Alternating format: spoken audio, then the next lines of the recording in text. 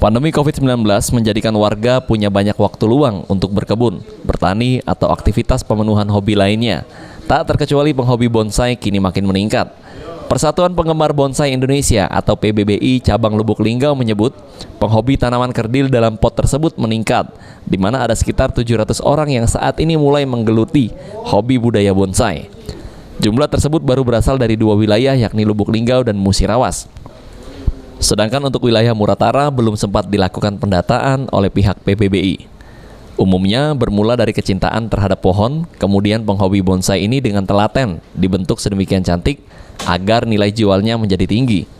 Di bumi Silampari sendiri terdapat tanaman bonsai yang cukup diminati oleh para penggemar tanaman bonsai luar daerah, yakni bonsai jenis serut atau secara nasional disebut kaliage. Kalau penggemar bonsai yang terdata sekarang total hampir 700. 700 orang. Hampir 700 penghobi. 3 wilayah ini. Ya. Apa wilayah Gawe? Linggau Musirawas namanya. Muratara mungkin ada tapi belum kita sempat data kan. Sudah itu karena di masa pandemi kan aktivitas banyak di rumah. Jadi daripada ada bisa keluar kemarin-kemarin kan mereka lebih fokus ke mengurus bonsai. Jadi pohon biasa disetting jadi luar biasa. Tri Hajaria, PAL TV.